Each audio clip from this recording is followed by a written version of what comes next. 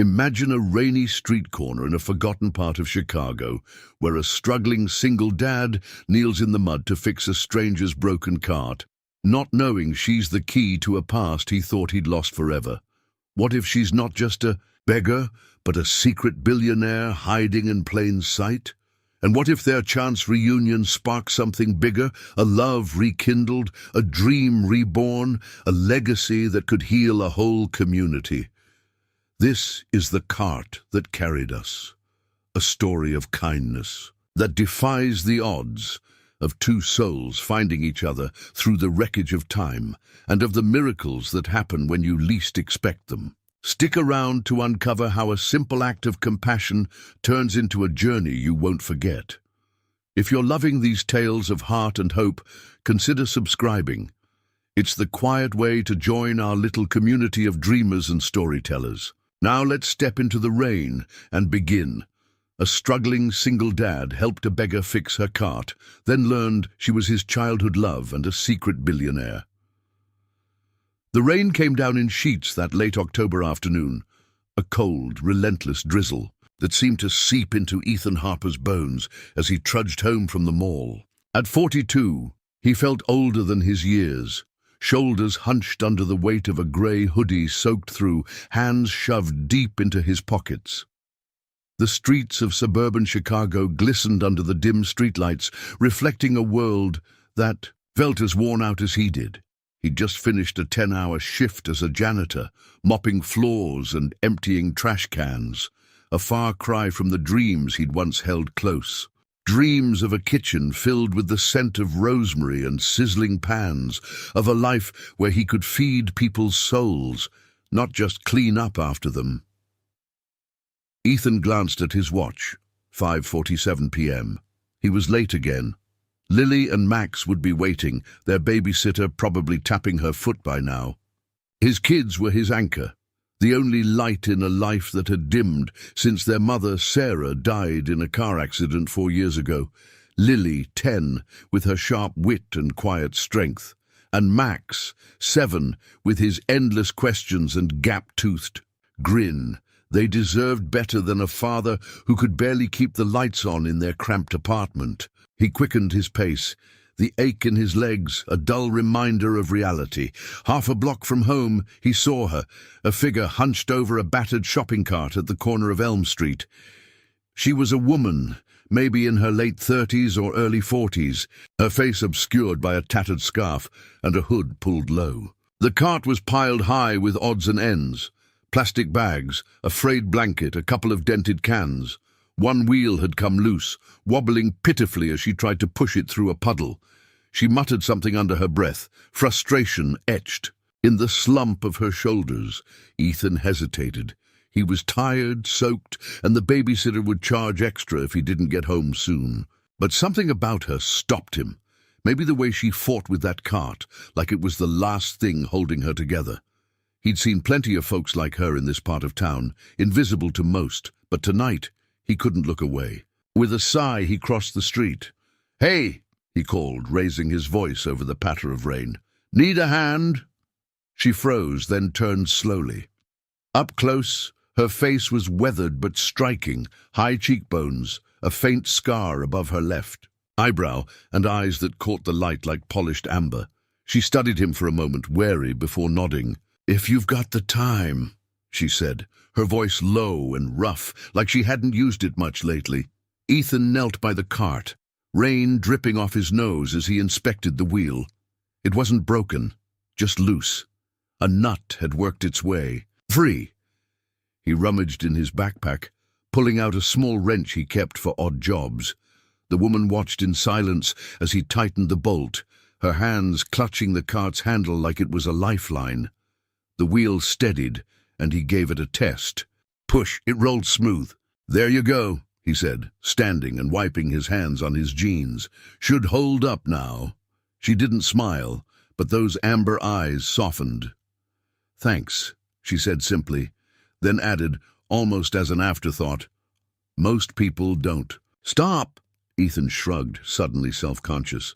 "Yeah, well, I've got a thing for fixing stuff. Used to tinker with my dad's old truck." He paused, then asked, "You okay out here? It's nasty weather." "I've seen worse," she replied, tugging her scarf tighter. "I'm Anna, by the way." "Ethan." He hesitated, then blurted, "Take care, Anna." He turned to go, eager to get home, but her voice stopped him. "You cook, don't you?" she said. He spun back, startled. "What?" "Your hands," she said, nodding at them. "They smell like garlic and thyme. Not the kind of thing a janitor picks up from a mop." Ethan blinked, caught off guard. He'd helped Lily with dinner last night, spaghetti with a quick herb sauce. And the scent must have lingered. Yeah, I cook a little," he admitted. "Nothing fancy." Anna's lips twitched, the ghost of a smile. "That's a shame. You've got the hands for it." Before he could respond, she pushed her cart forward, disappearing into the rain as quickly as she'd appeared. Ethan stood there, rain pooling in his sneakers, her words echoing in his head. It had been years since anyone noticed anything about him beyond his mop and broom. He shook it off and hurried home, but Anna lingered in his thoughts like a half-remembered song. When he got to the apartment, Lily was sprawled on the couch with a book, and Max was building a lopsided tower of blocks. The babysitter, Mrs. Carter, gave him a pointed look as she grabbed her coat. 10 minutes late, Ethan. That's $5 extra."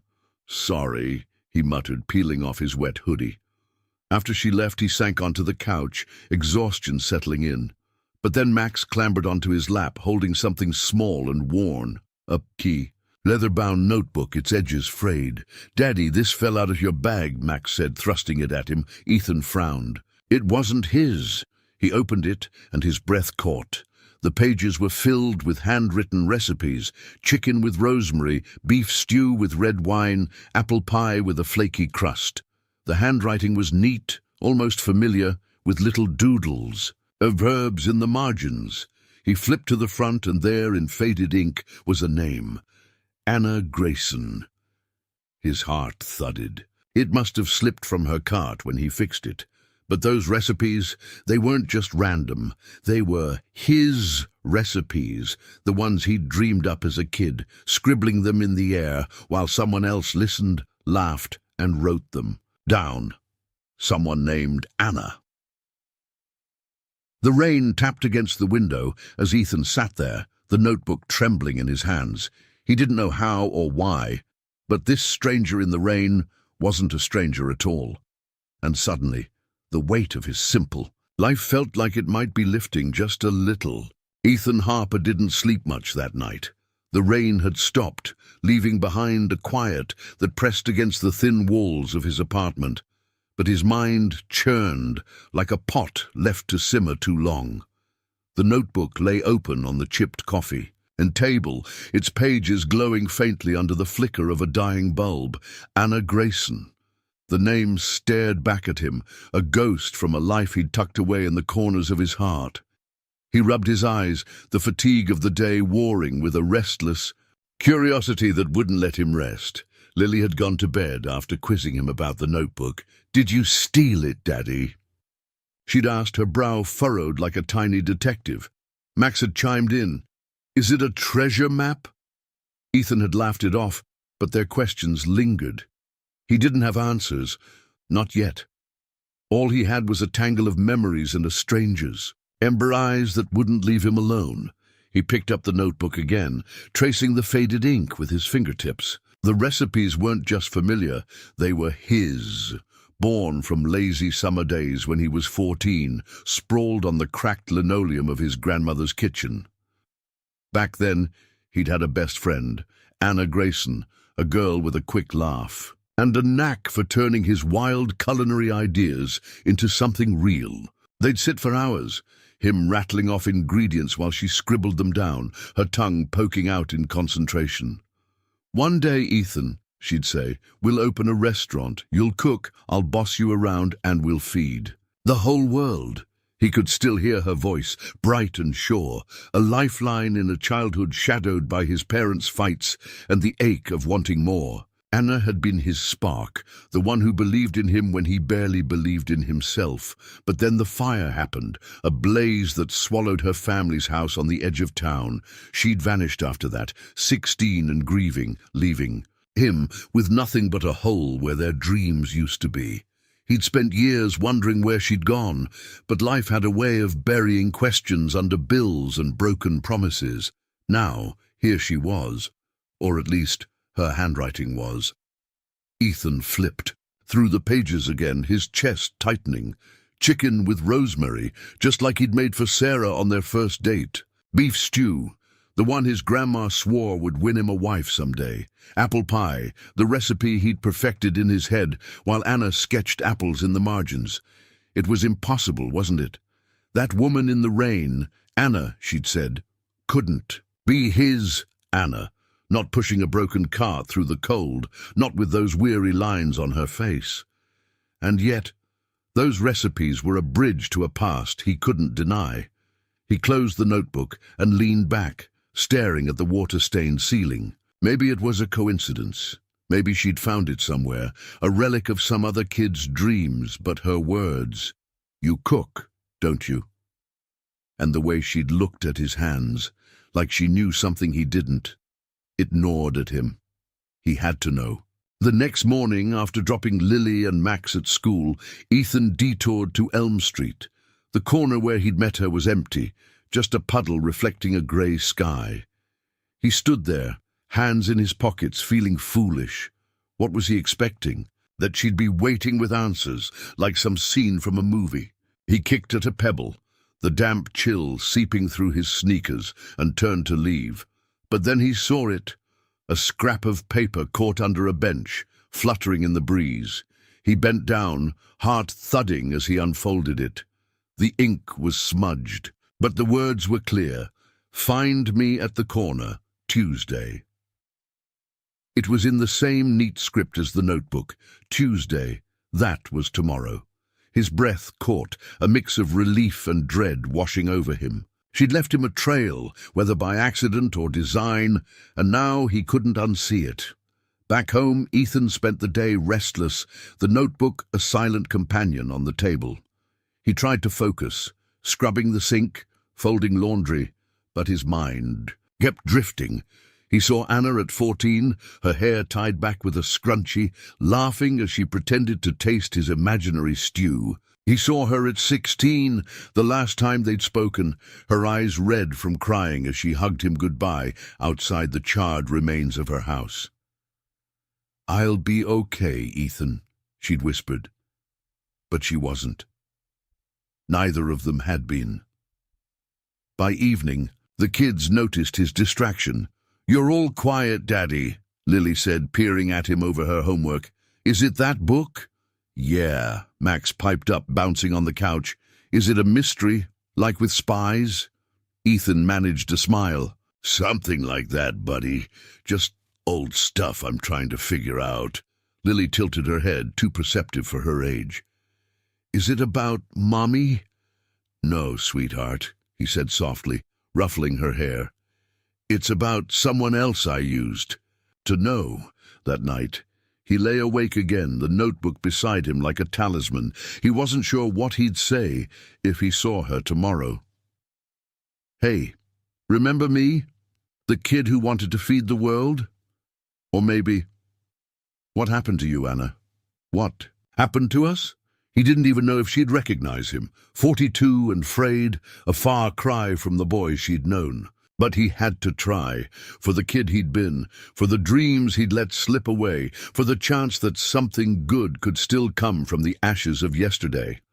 When sleep finally claimed him, it was restless, filled with half-formed images. Anna's laugh, the glow of a kitchen fire, a cart rolling through the rain, and somewhere in the haze a whisper, "Find me." Tomorrow, he would. He didn't know what he'd discover, whether it'd be answers or just more questions. But for the first time in years, Ethan felt a flicker of something he'd almost forgotten. Hope.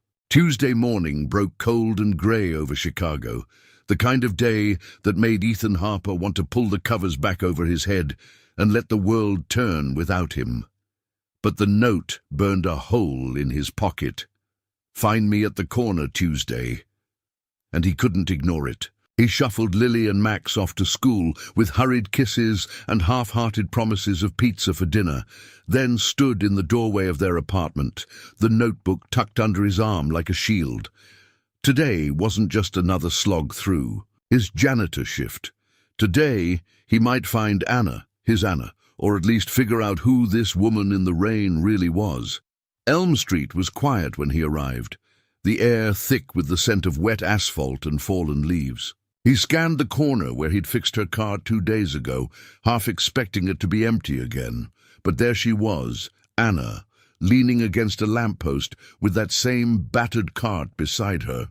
She looked different in the daylight, less like a shadow, more like a person. Her scarf was gone, revealing a tangle of dark hair streaked with grey, and her coat hung loose on a frame that seemed too thin. But those amber eyes caught him the moment he stepped closer, sharp and searching, like she'd been waiting. "Hey," Ethan said, his voice rougher than he meant it to be. He shifted the notebook in his hands, suddenly unsure. "I found something of yours." Anna's gaze flicked to the notebook, and for a split second, something flickered across her face. Recognition, maybe, or fear. She straightened, brushing. A strand of hair behind her ear. "Thought I'd lost that," she said, her tone casual, but her eyes guarded. "Guess I owe you twice now." Ethan managed a small smile. "Fixing a wheel's no big deal. But this—" He held up the notebook, his thumb brushing the worn leather. "This is something else. Where'd you get it?" She didn't answer right away. Instead, she tilted her head toward the diner across the street, its neon sign buzzing faintly. "Buy you a coffee, least I can do." He hesitated. He had work in an hour, and the babysitter would only cover till 6. But those recipes, her handwriting, they'd haunted him for 2 nights straight. He nodded, following her as she pushed the cart to a spot by the diner's entrance, locking it with a practiced twist of wire. Inside, the air smelled of burnt coffee and frying bacon, a comforting hum beneath the clatter of plates. They slid into a booth by the window, and Anna ordered 2 coffees, black, like she already knew how he took it. "So," Ethan started, setting the notebook between them like evidence. "Anna Grayson. That's you, right?" She nodded, sipping her coffee, her fingers curling around the mug for warmth. "Last I checked." He leaned forward, voice low. "Then you're the Anna I knew. From back home. The fire, the kitchen, all of it. Those recipes, they're ours." Her eyes met his, steady and unreadable. "You've got a good memory, Ethan Harper." The sound of his name in her voice hit him like a punch, a soft one, but deep. He sat back, exhaling. "So it is you." "God, Anna, what happened? One day you were there, the next you were gone, and now—" He gestured vaguely at her coat, the cart outside. "This?" Anna traced the rim of her mug, her expression distant. "Life happened. Lost my folks, lost everything. Took a while to find my feet again." She paused, then added, "What about you? Last I saw you were going to be the next big chef. What's with the mop?" Ethan flinched, the question cutting closer than he liked. "Dreams don't pay the rent," he said, forcing a shrug. "Lost my wife 4 years back. Car accident. Got 2 kids to raise, Lily and Max. They're my world now. Cooking's just something I do for them." Her face softened, a crack in the wall she'd built. "I'm sorry, Ethan, that's rough." "Yeah, well, you play the hand you're dealt." He tapped the notebook. "But this, I don't get it. Why do you have it? And why are you out there living like that?" Anna didn't flinch, but her fingers tightened around the mug. "It's a long story. Let's just say I'm where I need to be." She leaned back, studying him. "You still cook, though, I can tell. That's not gone." He thought of Lily's spaghetti, Max begging for extra time on his chicken. "A little. Nothing like we dreamed." "Then let's fix that," she said suddenly, her voice firm. "Cook for me. 1 meal like old times. Bring the kids if you want. I'd like to meet them." Ethan blinked, caught off guard. "What, now?" "Not now. Tomorrow night. Your place. I'll bring the coffee." She smiled then. A real one, small but warm, and it lit something in him he hadn't felt in years. "Why?" he asked, searching her face. "After all this time, why this?" Anna's smile faded, but her eyes held his. "Because some things are worth remembering, Ethan, and some people are worth finding again." He didn't know what to say. The diner buzzed around them, waitresses calling orders, a jukebox humming in the corner. But all he heard was her voice, steady and sure, like it used to be. He thought of the kids, of the empty evenings, of the dreams he'd buried. Maybe this was crazy, inviting a woman he barely knew anymore into his home. But she wasn't a stranger. Not really. She was Anna, the girl who'd once made him believe he could be more. "Okay," he said finally, his voice barely above a whisper. "Tomorrow night." She nodded, then slid out of the booth, leaving a crumpled 5 on the table. "See you then," she said, and with that she was gone, the bell above the door jingling as she stepped back into the grey. Ethan sat there, coffee cooling in his hands, the notebook still open between them. He didn't have answers. Not about her life, not about the cart, not about why she'd kept those recipes all these years. But he had a promise, a meal to cook, and a flicker of something stirring inside him. Not hope, not yet, just the shadow of it, soft and tentative, like a memory coming back to life. Ethan Harper spent Wednesday morning in a haze, the kind of restless energy that made his hands itch for something to do. Anna's voice echoed in his head. "Cook for me. One meal, like old times."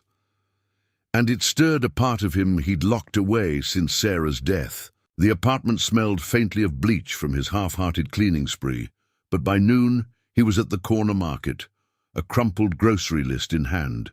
Chicken thighs, fresh rosemary, a knob of butter, simple stuff, nothing fancy, but enough to recreate the dish they'd dreamed up as kids. Chicken roasted with herbs, the kind that filled a room with warmth. Lily and Max had caught his mood, buzzing around the kitchen when they got home from school. "Who's coming, Daddy?" Lily asked, perched on a stool with her math homework abandoned. Her brown eyes, so like Sarah's, sparkled with curiosity. "A friend," Ethan said, chopping garlic with a rhythm he hadn't felt in years. "Someone I knew a long time ago." "Is she nice?" Max piped up, licking a spoon Ethan had used to test the sauce. "Does she like chicken?" Ethan chuckled, ruffling his son's hair. "Yeah, she's nice. And she better like chicken, 'cause that's what's for dinner." By 6, the apartment was as ready as it'd ever be. Table set with mismatched plates, a single candle flickering in the center because Lily insisted it'd look fancy. Ethan caught his reflection in the cracked bathroom mirror, faded flannel shirt, stubble he hadn't bothered to shave, lines around his eyes that told the story of too many late nights. He wasn't the boy Anna remembered, but then again, she wasn't that girl either. Maybe that was okay. The knock came at 6:15, soft but firm. Ethan opened the door, and there she was, Anna Grayson, standing in the hallway with a thermos of coffee in one hand and a paper bag in the other.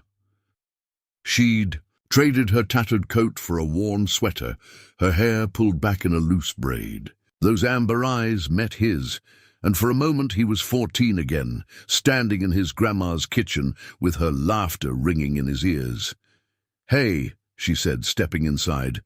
"Smells like heaven in here." Ethan grinned, a little sheepish. "Hope it tastes half as good. Come on in."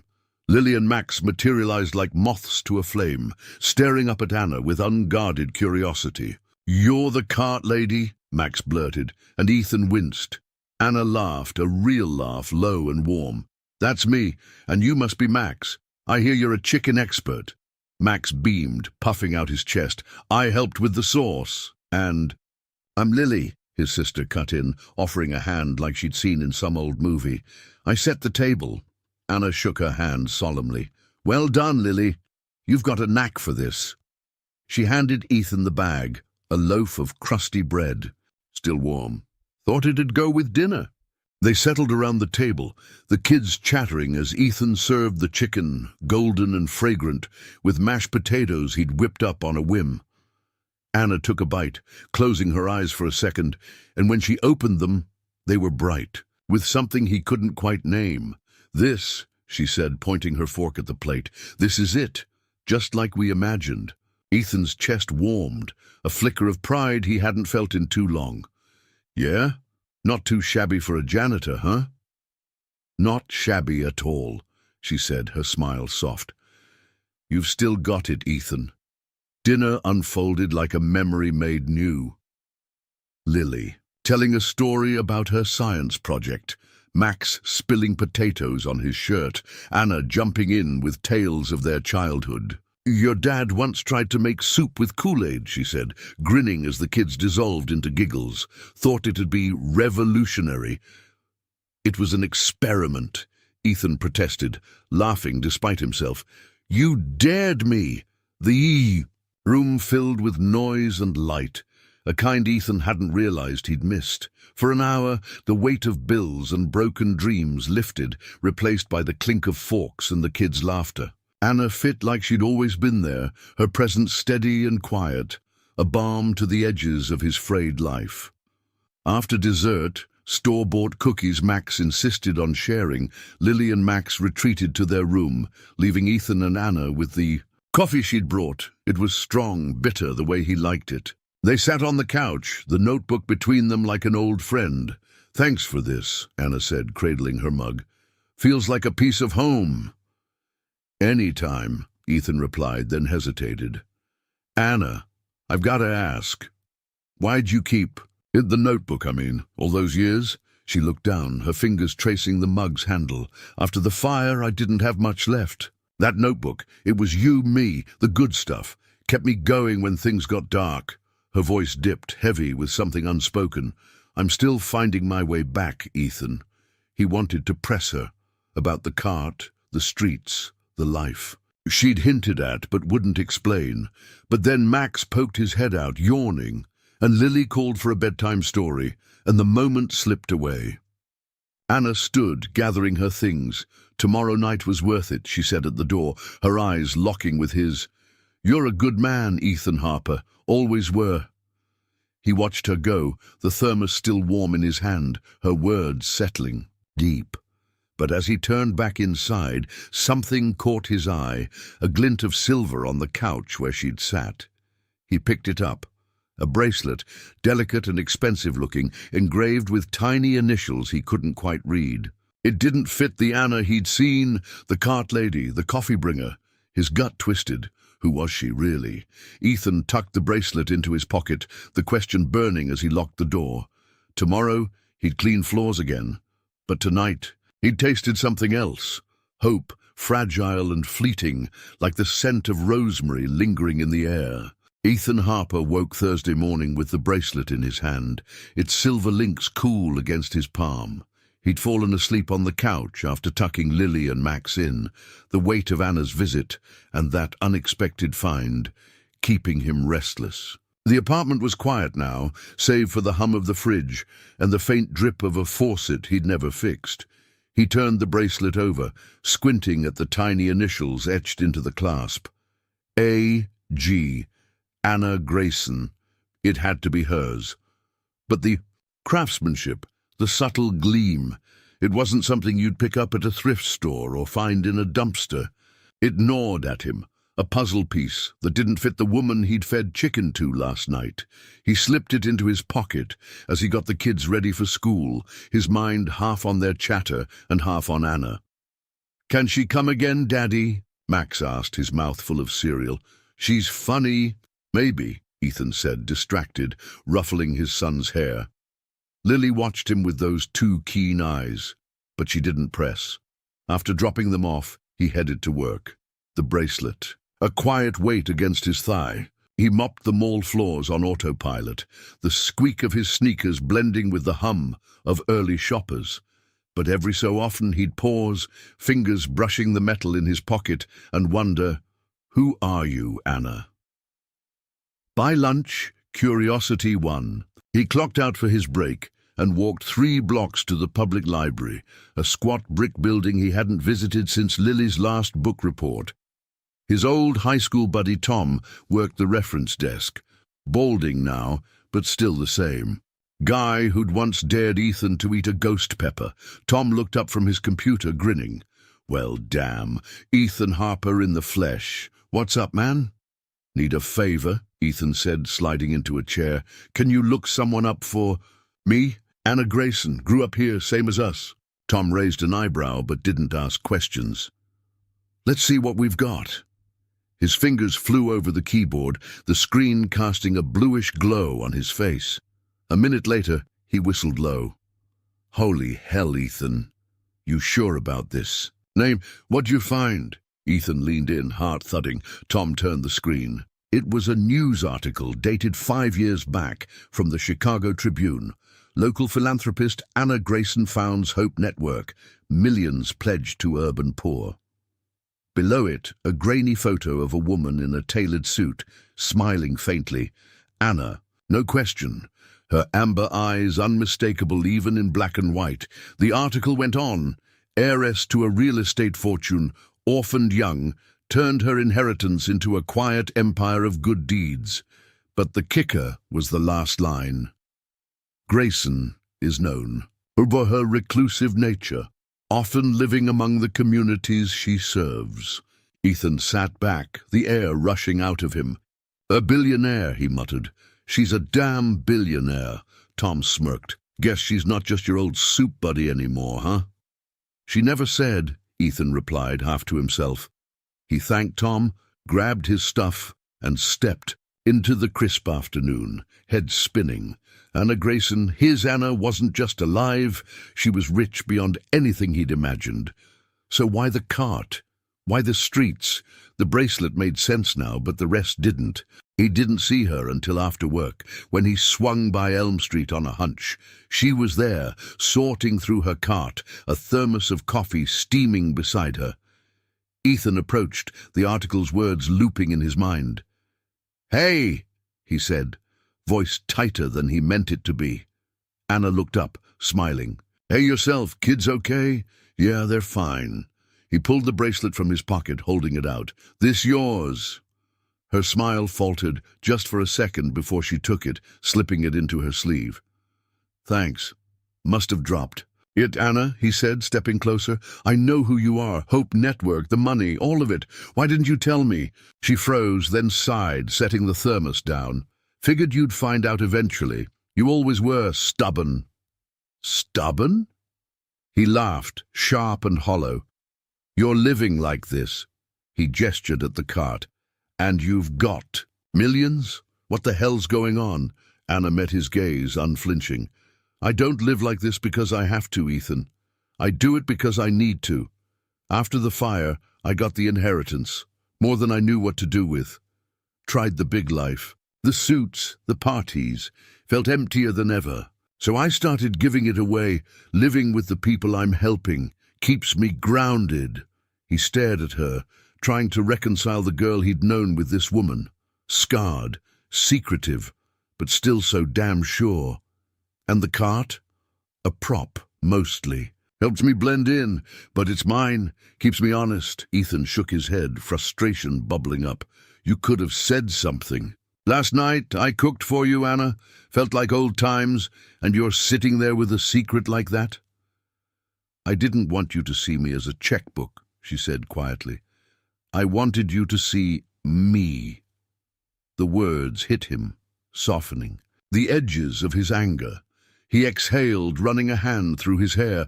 Then she spoke again, her voice steady. I've got a proposition. There's an old kitchen near here, abandoned, falling apart. I bought it. Want to fix it up with me? Make it a place for people like us, people who need a meal, a chance. Ethan blinked, blindsided. What? Like a restaurant? A community spot. You cook, I fund it. Partners. His gut twisted. Pride flared. I don't need your charity. But then he saw her eyes, earnest and searching, and something shifted. I don't want to be saved, Anna, he said finally. I've got to stand on my own. She stepped closer, unflinching. I'm not saving you, Ethan. I'm asking you to save me. I can't do this alone. The air hung heavy between them, her words sinking in. He thought of Lily and Max, of the dreams he'd buried, of the warmth in his kitchen last night. Maybe this wasn't pity. Maybe it was a lifeline for both of them. I'll think about it, he said at last, voice rough. That's all I've got right now. Anna nodded, a flicker of relief in her eyes. That's enough. He walked away, the bracelets. Weight gone, but a new one settling in its place.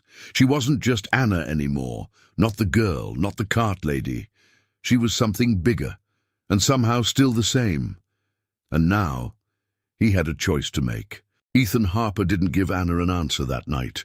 Her words, "I'm not saving you, I'm asking you to save me," hung in the air like smoke, curling around his thoughts as he walked home through the Chicago dusk.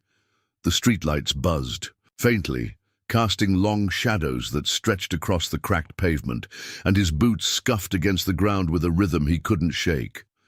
He'd told her he'd think about it, but thinking was all he'd done since. About her, the kitchen she'd proposed, the life he'd let slip through his fingers. By the time he reached his apartment, the kids were asleep, and the silence pressed against him like a weight he couldn't lift. Friday passed in a blur of work and routine, mopping floors, picking up Lily and Max, reheating leftovers. But Anna's offer simmered beneath it all. He saw her in the margins of his day, the way she'd looked at him, steady and sure, asking not for pity, but for partnership. It wasn't charity, he realized, not really. It was something else, a chance, maybe, to reclaim a piece of himself. He'd buried with Sarah's memory and the dreams of a younger man. By Saturday morning, he'd made up his mind. He called Mrs. Carter to watch the kids, then headed to Elm Street. Anna was there, sorting through her cart with that quiet focus he was starting to recognize. She looked up as he approached, her amber eyes catching the weak sunlight. "Okay," Ethan said, hands shoved deep in his pockets. "I'm in, but it's my rules, no handouts. I pull my weight." Anna's lips curved, a slow, relieved smile. Wouldn't have it any other way. They started that afternoon. The kitchen she'd bought was a relic, a squat brick building. 2 blocks over, its windows boarded up and its roof sagging like an old man's shoulders. Inside, dust coated everything. Cracked counters, a rusted stove, a sink that coughed when Ethan turned the tap. It smelled of mildew and neglect, but beneath it he caught a whiff of possibility, of grease and garlic, of meals yet to be made. Anna rolled up her sleeves and they got to work. She hauled debris while he pried loose boards from the windows, letting light spill in for the first time in years. They didn't talk much at first, just moved in a quiet rhythm, the clatter of wood and the scrape of metal filling the space. But as the day wore on, the silence softened and stories slipped out, small ones at first, like pebbles dropped into a still pond. "Remember that time we tried to fry donuts?" Anna said, wiping sweat from her brow as she wrestled with a broken chair.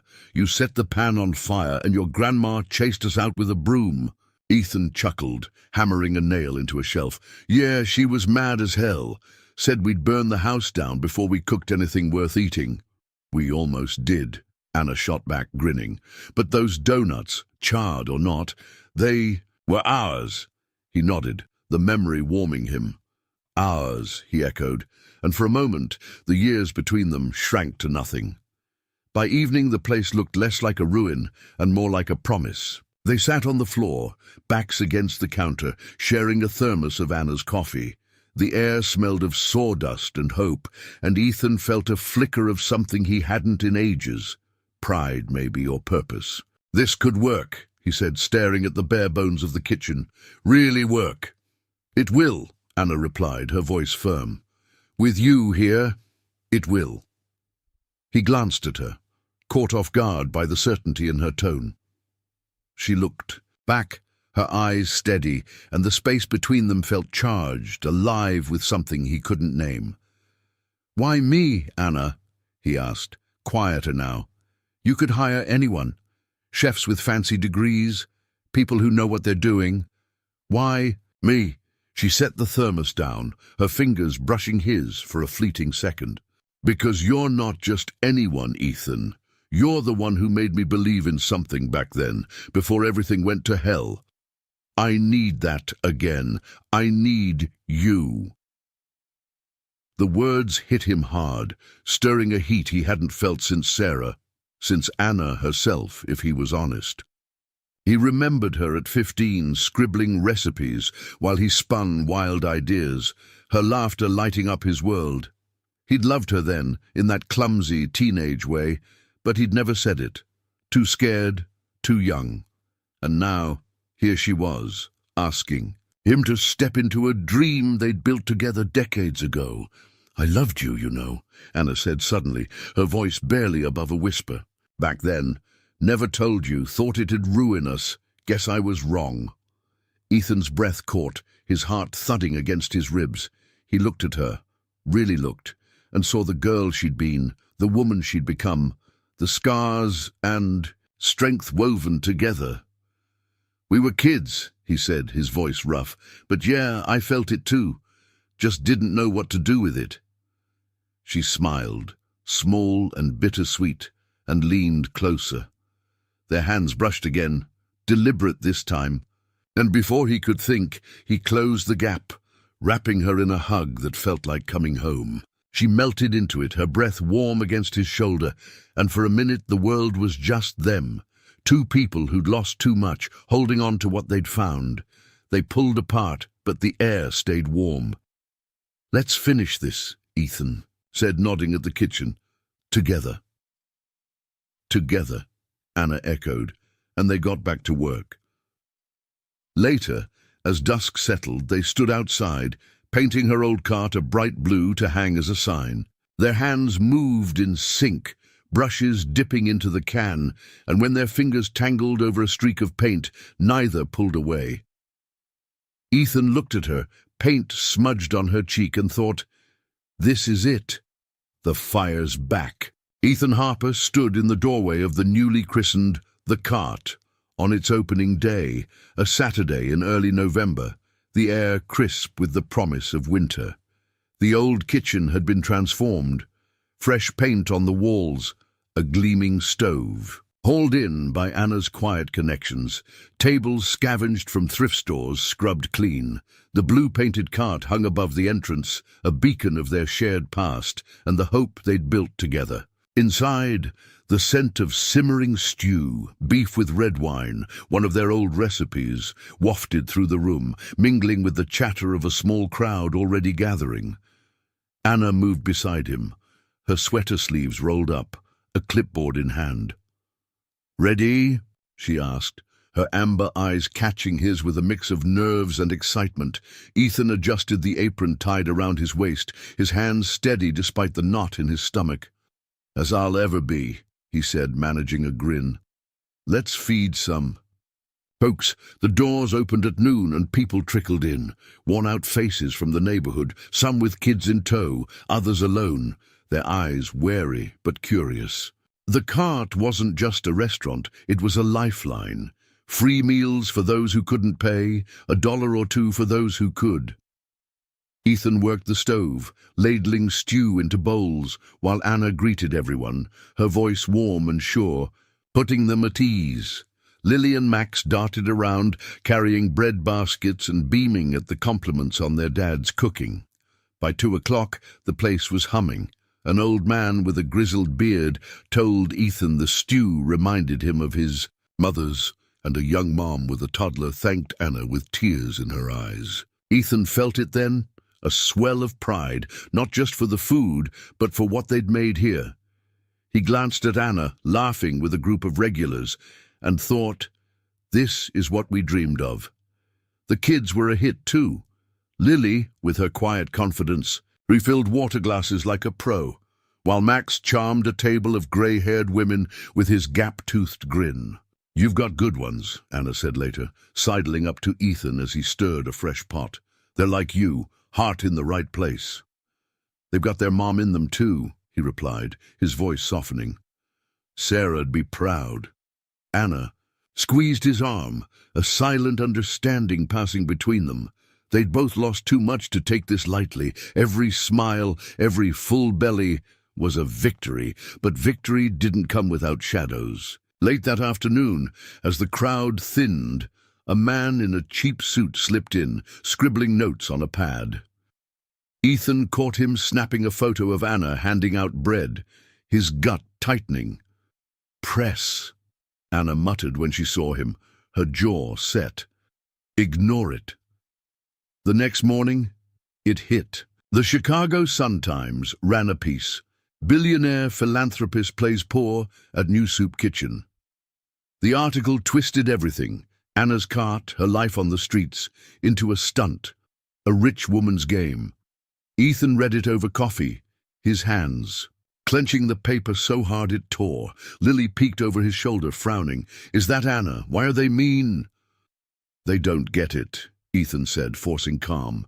"They don't know her like we do." By noon, word had spread. A small crowd gathered outside the cart, some curious, some angry, shouting questions as Anna arrived. "You slumming it with us, lady?" a man yelled, his voice rough. "What's the angle?" Ethan stepped out, apron still on, fury simmering. He'd seen Anna pour herself into this place, her money, sure, but her heart too. "Back off," he said, loud enough to cut through the noise. "You don't know what you're talking about." The man sneered. "Oh yeah? What's she to you, huh? Her pet project?" "She's my partner," Ethan snapped, stepping closer. "This isn't a game. She's here because she cares, more than any of you armchair critics. You want proof? Come inside, eat, see for yourselves." The crowd quieted, uncertain. Anna touched his arm, her voice low. "Ethan, you don't have to—" "Yeah, I do," he cut in, turning to her. "You've been carrying this alone too long. Let me take some of it." Her eyes softened, and she nodded. Then she stepped forward, facing the crowd. "I'm Anna Grayson," she said, her voice steady despite the tremor in her hands. "Yeah, I've got money. Lost my family to get it, and it nearly broke me. This place, this isn't about fame. It's about feeding people who need it. If you don't believe me, walk away. But if you're hungry, come in. Doors open." Silence, stretched, taut and heavy. Then a woman near the back, thin, with a faded coat, pushed through, her voice small but firm. "I don't care who you are. That stew yesterday, it's the best I've had in months. I'm staying." A murmur rippled through the crowd, and slowly they dispersed, some grumbling, others filing inside. Ethan watched Anna exhale, her shoulders slumping with relief. "Nice speech," he said, nudging her. "You're tougher than you look." "Had a good backup," she replied, a faint smile breaking through. "Thanks, Ethan." They went back to work, the day salvaged by bowls of stew and quiet gratitude. Later, as the sun dipped low, Ethan found Anna at the counter, staring at the blue cart overhead. "You okay?" he asked, leaning beside her. "Yeah," she said, her voice soft. "Just didn't expect it to mean this much. Not to them, not to me." He followed her gaze, the cart's paint catching the last light. "It's not just food, Anna. It's us. Where we started, where we're going. They feel that." She turned to him, eyes bright. "You're right. And I'm glad it's with you." Ethan's chest warmed, a steady glow he hadn't felt in years. He'd stood up for her today, not out of duty, but because she mattered. Because this mattered. The fire they'd rekindled wasn't just in the kitchen, it was in them, burning brighter with every bowl they served. Ethan Harper woke to the howl of wind rattling the apartment windows, a late November storm rolling in with a fury that shook the city. It was a Tuesday, 2 weeks since the cart had opened its doors, and the place had already become a heartbeat in the neighborhood, a steady pulse of warmth and full bellies. He'd grown used to the rhythm, mornings at the mall mopping floors, afternoons at the community kitchen with Anna, nights with Lily and Max laughing over leftovers. But as he peered out at the churning grey sky, unease settled in his gut. Storms. Like this didn't just bring rain, they broke things. By noon, the news confirmed it. A nor'easter, rare for Chicago, barreling down with 50-mile-an-hour gusts and a deluge that promised flooding. Ethan called Anna from the mall break room, his voice tight over the crackling line. "You at the cart?" "Yeah," she said, the clatter of pots in the background. "Prepping extra soup. Folks'll need it today. You coming?" "After my shift. Stay safe, okay?" "You too," she replied, and he could hear the smile in her voice, a small anchor in the chaos. He finished work early, the mall shutting down as the storm worsened, and picked up the kids from school, their faces flushed with excitement at the wild weather. "Can we help at the cart?" Lily asked, tugging his sleeve. "Please, Daddy." Ethan hesitated, then nodded. "Stick close. It's going to be a mess out there." They arrived just as the sky split open, rain hammering, the roof like a drum roll. Inside, the cart was a hive, Anna and a handful of regulars dishing out soup, blankets piled in a corner for anyone needing shelter. The blue cart sign swayed outside, creaking ominously. Ethan jumped in, stirring a pot of broth while Lily and Max handed out bread, their small hands steady despite the chaos. But the storm didn't relent. Around 4, a crash echoed from the back, a window shattering under a fallen branch, water pouring in. Ethan grabbed a tarp, Anna at his side, and they wrestled it over the gap, the wind whipping their clothes. "This place is tougher than it looks," Anna shouted over the roar, her braid plastered to her cheek. "Barely," Ethan yelled back, but he grinned, adrenaline surging. They held it together, barely, until the worst passed, leaving a soggy mess and a roof leaking in 3 spots. By evening, the crowd had thinned, the rain reduced to a steady patter.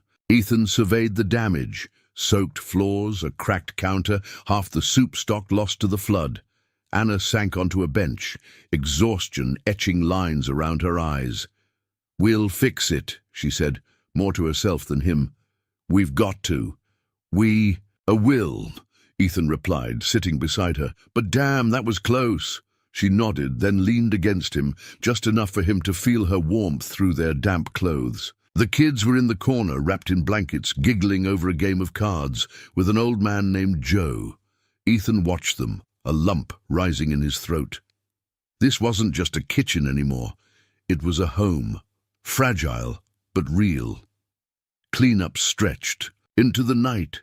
Ethan swept water out the door, while Anna patched leaks with duct tape, their movements synced like a quiet dance. The storm had stripped away pretense, leaving them raw and unguarded. As they hauled a broken table to the curb, Ethan spotted something in the debris, a small, warped frame half buried under splintered wood. He pulled it free, brushing off the grime, and froze. It was a photo, faded but intact. Him and Anna at 14, grinning in his grandma's kitchen, a pot of something unrecognizable between them. The glass was cracked, but their faces shone. Through, young, fearless, dreaming. He hadn't known it still existed, hadn't thought about it in decades. "Anna," he called, voice rough. She turned, and when she saw it, her breath hitched. "Where'd you—" She started, then stopped, taking it from him with trembling hands. "God, look at us." "Yeah," Ethan said, stepping closer. "That's us." She traced the frame, her eyes glistening. "I thought I'd lost everything back then. But this survived." He saw it then. The weight she carried, the years of holding herself together with nothing but grit and that damn cart. "You didn't lose me," he said softly. "Not then, not now." Anna looked up, tears spilling over, and for the first time since he'd found her again, she let them fall.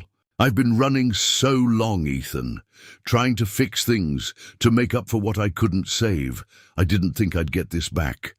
He pulled her into his arms, the photo pressed between them, and held her as the rain tapped a steady rhythm outside. She clung to him, her sobs quiet but deep, and he felt his own eyes burn. They'd both lost too much. Parents, Sarah, the kids they'd been. But here, in this battered kitchen, they'd found something worth keeping. "I've got you," he whispered, his voice steady. "We've got this." She nodded against his chest, then pulled back, wiping her face with a shaky laugh. "Guess we're a mess, huh?" "The best kind," he said, smiling through the ache. They stood there, the photo in her hands, and Ethan knew it wasn't over. The storm had taken its toll, but it had given them this too. He grabbed her hand, tugging her outside where the rain had slowed to a drizzle. The air was cold, sharp, but alive.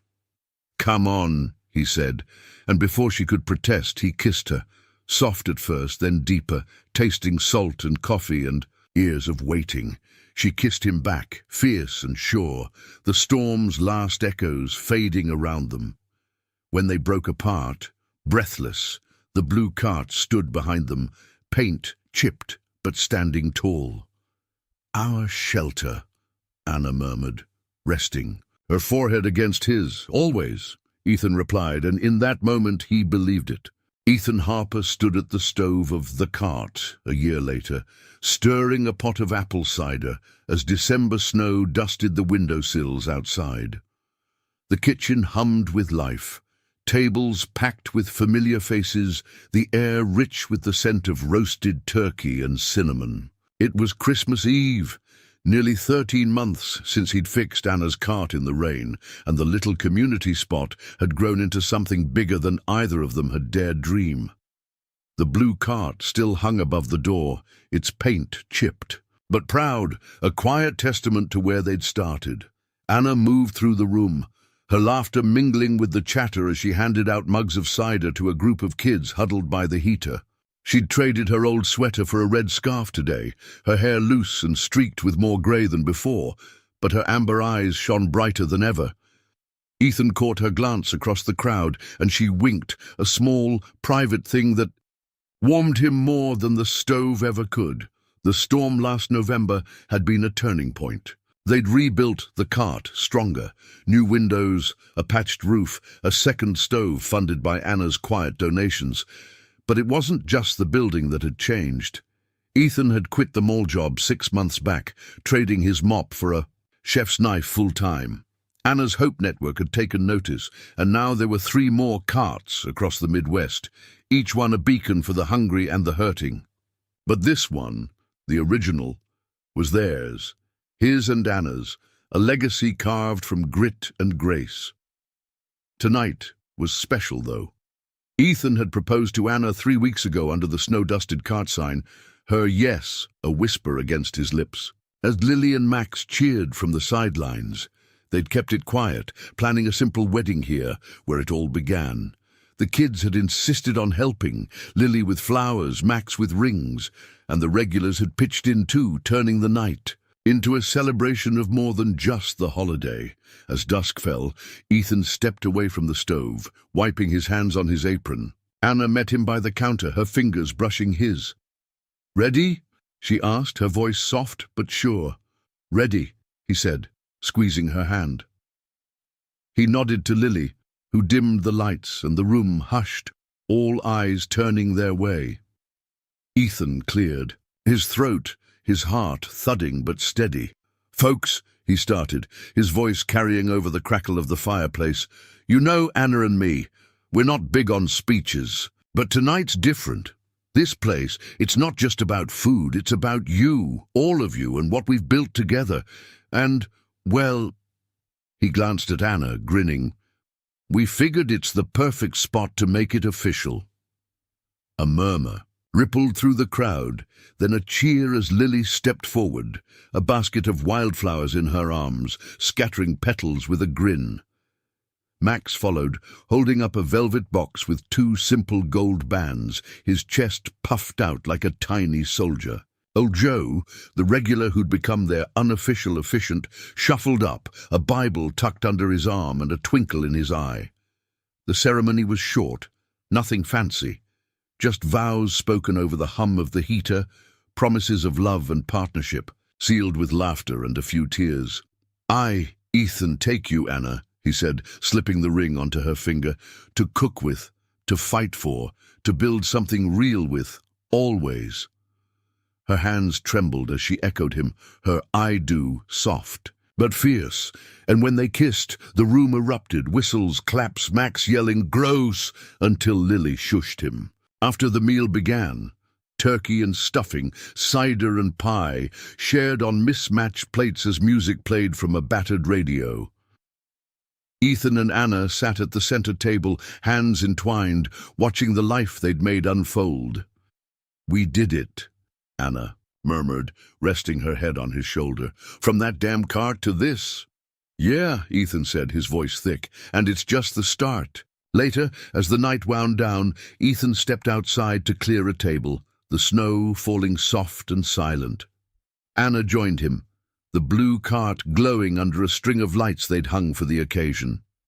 She'd painted words on it months back. "From the broken, we build a world." And they stood out now, bold against the night. "Happy?" he asked, pulling her close. "More than I thought I could be," she said, her breath a warm cloud between them. "You?" "Same," he replied, kissing her forehead. "This, us, them, it's enough."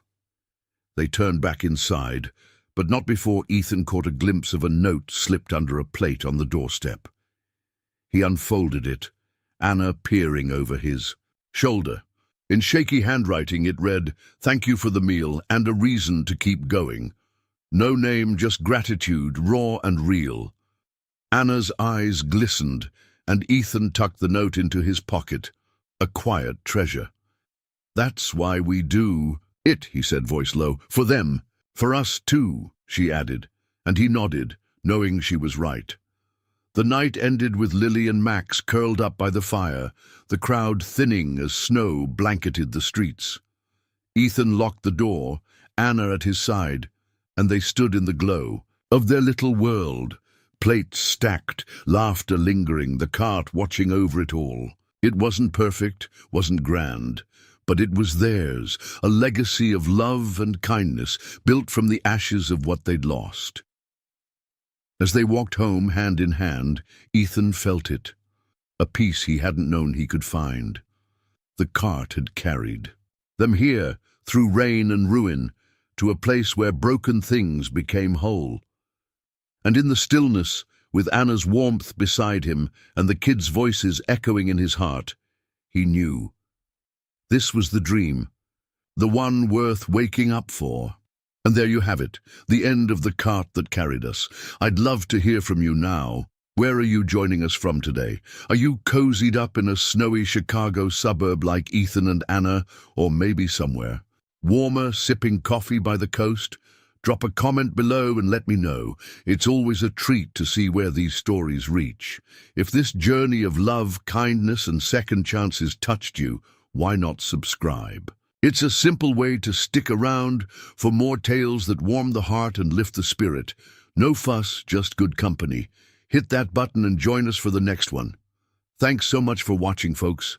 Your time means the world, and I'm grateful. You spent it here with Ethan, Anna, and me. Until next time, keep the faith and take care.